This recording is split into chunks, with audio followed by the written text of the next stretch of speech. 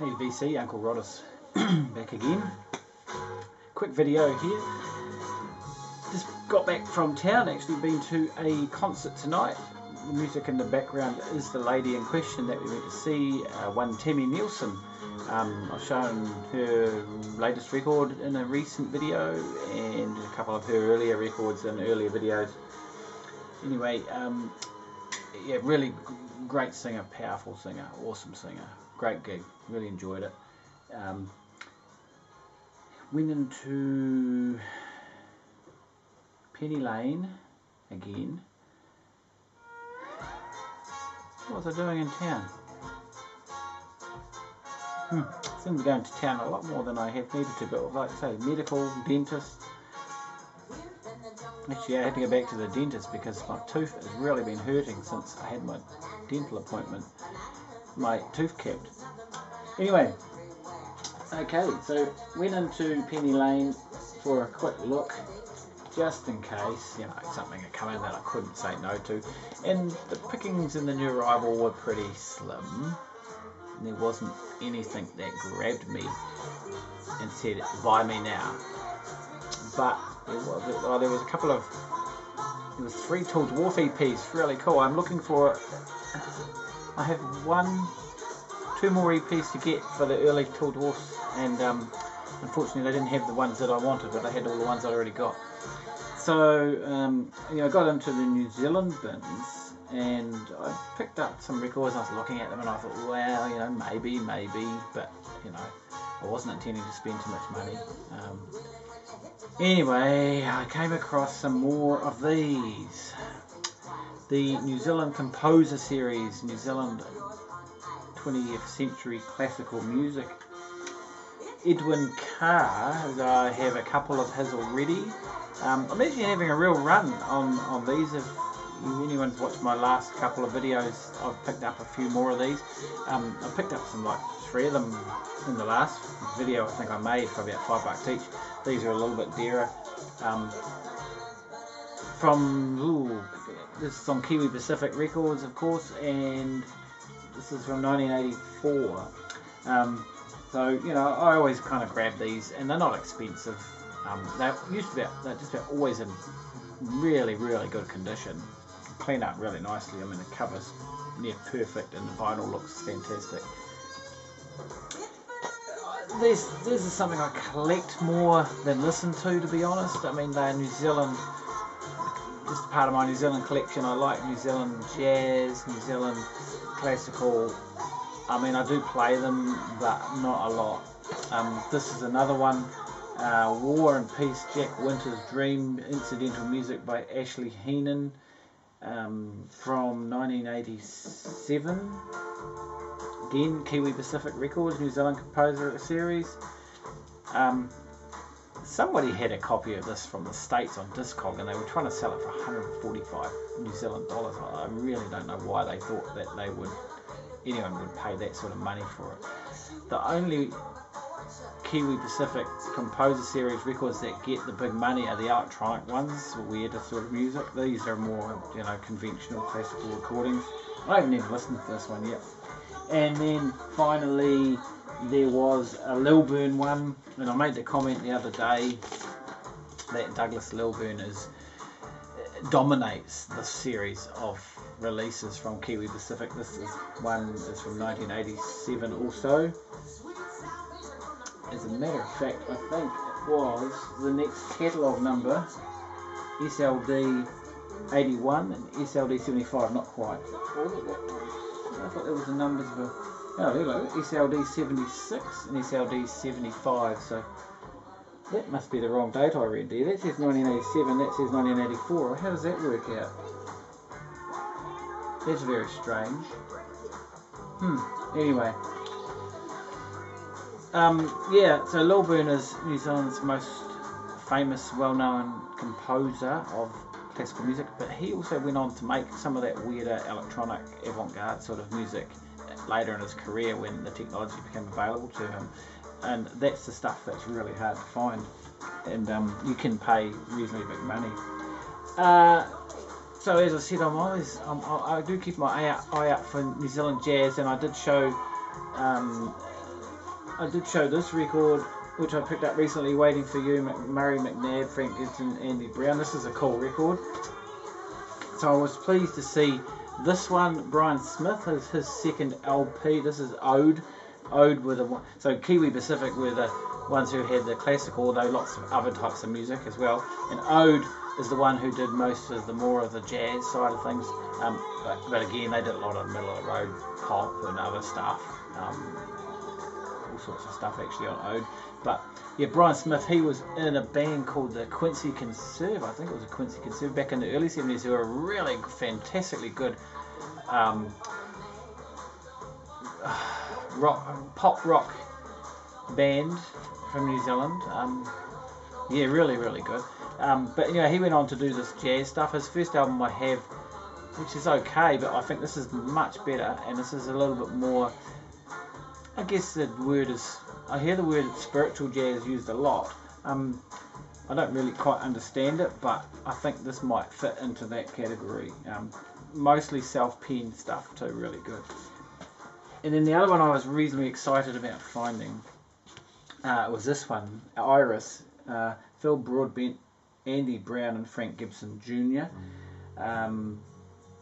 Who, I got another record that actually, there you go, look at that, Andy Brown and Frank Gibson Jr. playing on that one as well. I have another Phil Broadhurst record. This is a good record, but it's all standards and covers, so they are Thelonious Monk, Bill Evans, Ornette Coleman, Kenny Wheeler, Herbie Hancock, Wayne Shorter. Yeah, so all covers. So I was a little bit disappointed with that, because I tend to stick more to the New Zealand composed music, as opposed to just them doing covers of international jazz stuff. But in saying that, this is a really good record, and it's played really well, so that was really cool. So I'm pleased to have it.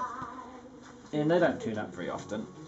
And finally, this is the one I just could not leave in the bins when I found it. Bread and Board. This is a compilation record. I paid fairly much the maximum that I like to pay for a record in the shops. Bill Dyrene has been someone I've shown a few records for. As a matter of fact, he's got a new record out, or reissued record out, and is touring hopefully in October. I'll get to see him. The records are pretty hard to get your hands on, because distribution in New Zealand is pretty poor, considering the company that's releasing them, Zell, out of Austria, but I'm not sure there's a New Zealand connection there. The guy Arno, who runs Zell, I'm not sure what his connection is to New Zealand, but he's obviously been here and lived here, and he knows a few locals, and he is releasing a bit of Bill Dyrene's earlier stuff. But anyway, Bill Dyrene had his own record label running back in the 80s called South Indies, and I have at least one of his records, I think, on that label. But this was a compilation that South Indies put out of a lot of the artists and that were releasing records on their label, and so most of the tracks on there are tracks by artists who had released records and tapes or whatever on the South Indies. So I think this is the only compilation that they put out.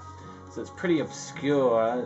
It's someone used the word accessible when the first side I was listening to it. I didn't think it was that accessible, but it's still pretty cool. It's very underground, and I wasn't familiar with hardly any of the names on it really, apart from Free Radicals, which I'd heard mentioned. As a matter of someone showed, they only had a couple of EPs out in the 80s or early 90s, whenever it was.